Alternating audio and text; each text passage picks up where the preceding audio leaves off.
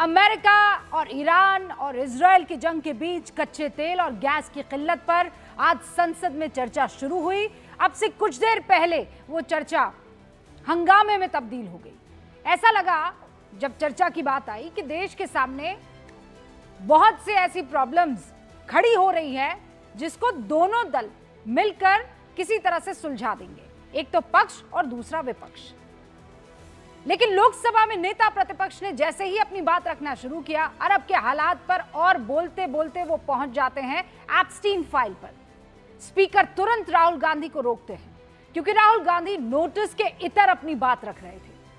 फिर शुरू हो गया लोकसभा में हंगामा। अब हुआ क्या था और कैसे स्पीकर ओम बिरला ने राहुल गांधी को नोटिस का हवाला देते हुए रोका, मैं जल्दी से आपको दिखा देती हूं क्योंकि बस ये आपसे कुछ मिनट पहले की बात है।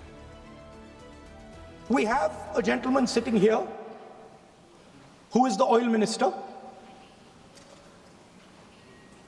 He himself has said that he is a friend of Mr. Epstein. I am talking about economic security, sir. माननीय सदस्य, Sir, here. माननीय सदस्य आपने जो नोटिस दिया है, उस नोटिस में बोलिए आप नोटिस में बोलिए। माननीय सदस्य, आप प्रतिपक्ष के नेता हैं, मैं आपको फिर आग्रह करना चाहता हूं, आप नोटिस अगर इस बात पर बोलने होता है तो नोटिस आज इस बात का देते हैं। अगर आपको एप्स्टीन फाइल पर बात करनी थी, ये ओम बिरला कह रहे हैं राहुल गांधी को, तो आप हमें उस बात का नोटिस देते और उस पर बात करनी है कि नहीं करनी है, फिर मैं फैसला लेता। हालांकि हंगामे के बीच राहुल गांधी ने कहा अगर आप मुझे बोलना नहीं देंगे इस मसले पर तो फिर मैं अपनी बात ही नहीं रखूंगा। और एंड ये हुआ कि स्पीकर साहब ने कहा कि ठीक है, फिर मत बोलिए। और फिर बारी आई पेट्रोलियम मंत्री हरदीप पुरी की। संसद में वो ये कहते हैं कि गैस के मामले में परेशान होने की जरूरत नहीं है। जो ताजा सिचुएशन है वो पूर्ति आपूर्ति या किल्लत की वजह से नहीं है, कालाबाजारी की वजह से है। संसद में इस बयान से पहले देश भर में गैस एजेंसियों के बाहर लंबी लंबी कतारें हमने भी देखी। न्यूज़ 18 इंडिया ने वो तस्वीरें आप तक पहुंचाई है। रेस्टोरेंट से लेकर होटल तक आपको कई जगह पर बड़े बड़े नोटिस चस्पा दिख जाएंगे कि हम फला चीज नहीं देंगे क्योंकि सिलेंडर नहीं है। वजह कमर्शियल सिलेंडर नहीं मिल रहा है। लोगों में अब ये बात ऐसे फैल गई जैसे अफवाह। डर इतना कि हर कोई अपने घर में 1 नहीं, 2 नहीं, 3 नहीं, 4 नहीं, ज्यादा से ज्यादा स्टॉक रख देना चाहता है सिलेंडर का, ताकि अचानक कोई परेशानी आने पर दिक्कत ना हो। सब हालात की वजह है बीते कुछ दिनों में आई खबरें। कौन कौन सी खबरें? कि पहली खबर, देश में घरेलू इस्तेमाल के सिलेंडर की कीमत 60 रुपए बढ़ गई है। हुआ ऐसा। दूसरी खबर आई बेंगलुरु की, जहां होटल्स और रेस्टोरेंट के मालिकों ने सिलेंडर की कमी की शिकायत की और पूरे देश में यह खबर आग की तरह फैल गई। सरकार ने एक फैसला लिया कि दूसरे सिलेंडर की बुकिंग में कम से कम 25 दिन का गैप रखा जाएगा। पहले यह गैप 21 दिन का हुआ करता था। तो ये 3 खबरें जब लोगों तक फैली तो भ्रम फैला। लोग ये सच मानने लग गए कि सिलेंडर की किल्लत है, तेल की किल्लत है, गैस की किल्लत है। और विपक्ष ने इस बात को हवा दी।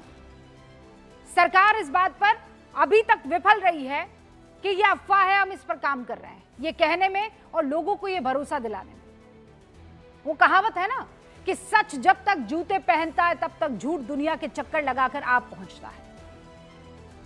तो सच क्या है आप सुन लीजिए।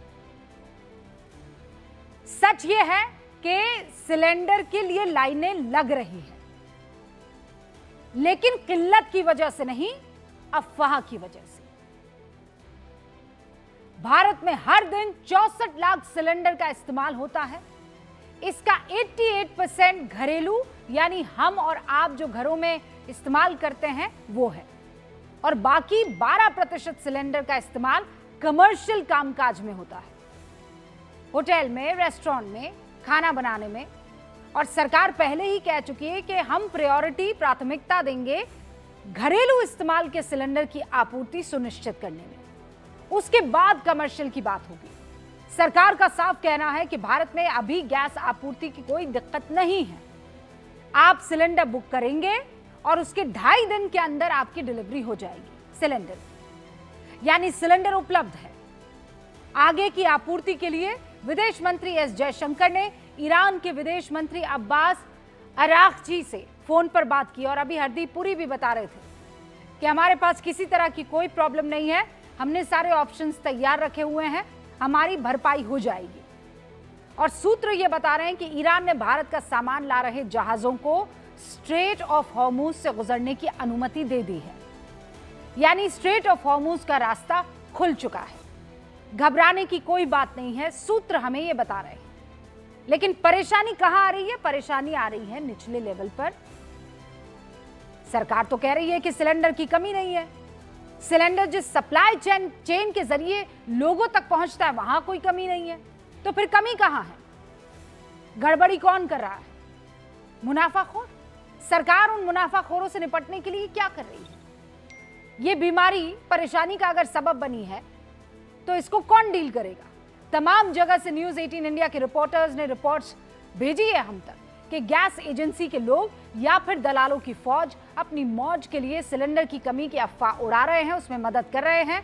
सिलेंडर बुकिंग से में सर्वर फेल होने की कहानी भी सामने आ रही है, सुनाई भी जा रही है कहानी। जो लोग सिलेंडर के लिए एजेंसी के पास पहुंच रहे हैं उन्हें लंबा लंबा इंतजार करवाया जा रहा है ताकि वो बगैर सिलेंडर लिए वापस चले जाएं और फिर कालाबाजारी के खिलाड़ी उन्हें महंगे दाम में वो सिलेंडर बेच सके। आज की तारीख में ये सबसे बड़ी परेशानी है और ये परेशानी इतनी बड़ी है कि सरकार को भी इसके लिए कमेटी बनानी पड़ी। प्रधानमंत्री मोदी ने कैबिनेट की बैठक में भ्रम और कालाबाजारी से निपटने के लिए राज्य सरकारों से समन्वय के लिए कमेटी बनाई। इसमें गृह मंत्री अमित शाह, विदेश मंत्री एस जयशंकर, पेट्रोलियम मंत्री हरदीप सिंह पुरी शामिल हैं और ये तीनों मंत्री आगे संबंधित मंत्रालयों, विभागों और राज्य के साथ समन्वय करेंगे। इससे पहले पीएम मोदी ने खुद बुधवार को केरलम में सिलेंडर की कमी की खबरों को अफवाह बताते हुए विपक्ष को आड़े हाथों लिया था, वो भी सुन लीजिए आप। युद्ध के समय कांग्रेस लेफ्ट और उसका इकोसिस्टम देश में पैनिक क्रिएट करने में, भय पैदा करने में पूरी ताकत खपा रहे हैं। मैं देशवासियों को कहूंगा, कांग्रेस लेफ्ट और इनके इकोसिस्टम द्वारा फैलाई जा रही अफवाहों से सतर्क रहे, सावधान रहे। तो पीएम विपक्ष की अफवाहों से सतर्क रहने के लिए कह रहे हैं। राहुल गांधी कह रहे हैं कि असल में पीएम मोदी खुद पैनिक मोड में है, वो भी सुन लीजिए आप। PM himself is panicked for completely different reasons, right? So he is himself panicked. He's panicked because of Epstein. अरब की आग भारत में सियासी फ्यूल बन गई है। पीएम के हमले के बाद सवाल ये उठने लगे हैं कि क्या विपक्ष इस आपदा को सियासी अवसर के तौर पर देख रहा है, क्योंकि तेल और गैस ऐसी चीज है जिसकी सप्लाई में थोड़ी भी दिक्कत होगी तो हर एक चीज के महंगे होने का खतरा होगा।